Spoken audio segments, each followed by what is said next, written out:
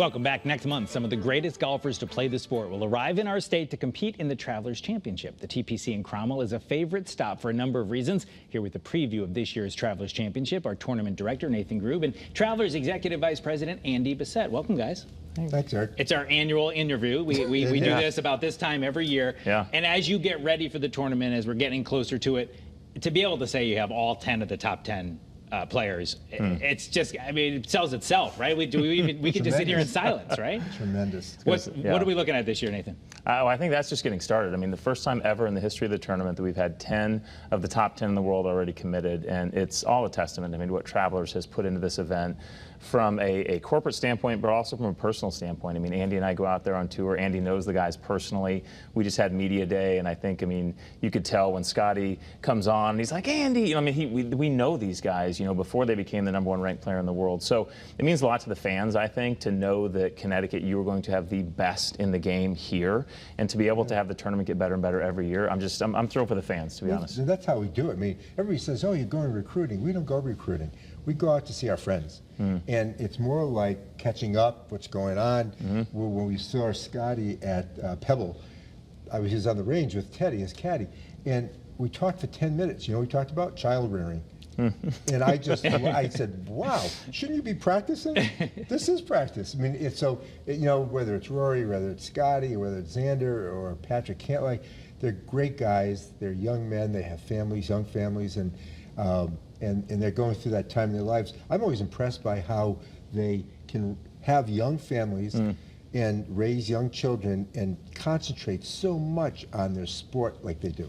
And that family piece is such a big part for your tournament. And Scotty Scheffler talking at Media Day, he said, family, this is the best family event on the tour. He talked about that, but he also said, and I want to ask you about this, if you ask any caddy on tour what's his favorite event, he'll say the Travelers. And that's, you would say, oh, we want the golfers, who cares about the caddies? But that's a big deal. Oh, the caddies, the wives, and the children, you have to treat them very, very well, because they have a lot of choices. They qualify for our signature event, but they don't have to come to our event.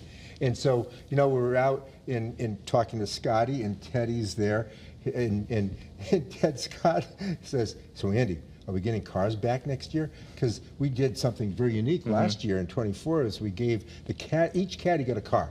No other PGA Tour does that event. And so we give them cars. And so I went down the line as I'm talking to all the caddies, well, I'm talking to the players too. The caddies are like hugging me like crazy. And somebody said, why are they all hugging you? I said, because we give them cars. And so it's the little things that you do with Caddy Appreciation Day, with the wives and the gifting and the different events we have, right, for the families.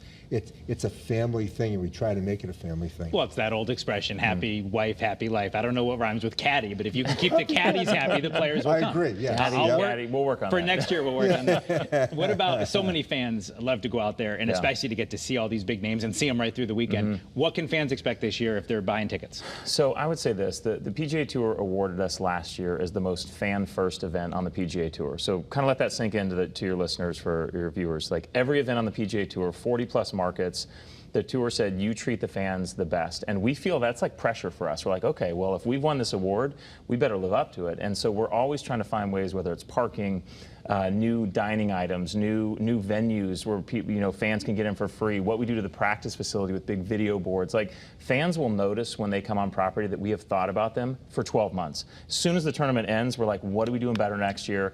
How are we making this better? From gifts at the front to everything, sunscreen stations, free water, new water stations. Like, there are so many things that hopefully the fans feel like we are anticipating their arrival and we're trying to take care of their needs. So I think we're going to do okay this year with a lot of new fun venues and new free stuff for them. And we, on top of all that, we have the best food on the PGA Tour. And I think it's second to none. We just have spectacular food. And Nathan, this year, has a new sponsor coming out called Treehouse Breweries. And I think some people have heard of them. Yeah, I know. Right? It's like a cult following, right? It is. Yeah. And he's building a treehouse for them down by 15, right? Yeah, it's to I mean, ride how 15 cool. Yeah. If you're looking for Nathan and I one afternoon, you should climb up in the treehouse. We're auditing. We're auditing. We're auditing. Yes, absolutely. So. What else do you want people to know? I mean, this is such an exciting time in Connecticut. Are there any other big things that you just want our viewers to know about what's coming up? Let me jump on for the how easy it is to come out. Kids 15 and under for free. Come out with a family. very affordable day. We have ticket programs for healthcare workers, first responders, military, active duty veterans, free admission, free food and beverage. I mean, just like take a look at travelerschampionship.com and look what you can do for families. Look at ways to come out to the event. People are basically subsidizing the ticket programs because they care about our community, and it's a way for us to say thank you.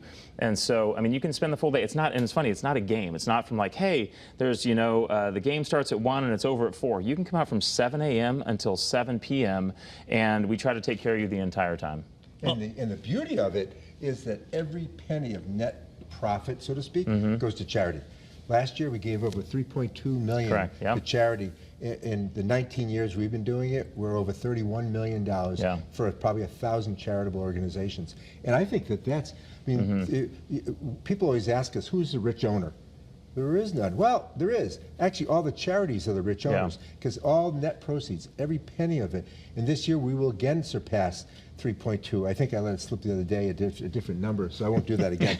But he's always pushing it, Eric, always push it. So I love it. I love this is the year Travelers becomes the longest running title sponsor. Correct. Yes. 19 years. 19 years. You know, we've had from Sammy Davis right on through, we've had a lot of different names, and that's a big deal. Yeah, it is a big deal to us because it's about community, it's about charity, and it's great for our brand. And so between the three of those, I think there's a lot of, the key word I always use is pride. The pride, right, Nathan? That we see it every day. The pride in the community. People, even the people that live around the course, they're so proud to have it there. So pride is a really big part of what we see and what we're happy to be a title sponsor for. Pride, charity, and our brand. I know you're both good enough politicians that you're not going to tell me who you think's going to win. But it is. We love all of our children the same. Exactly. It is Scotty Scheffler's birthday weekend again, and we saw him get a cake at the Travelers in the past. One thing you've done, and we only have about 30 seconds left, over the years, is you've made good connections with younger golfers too.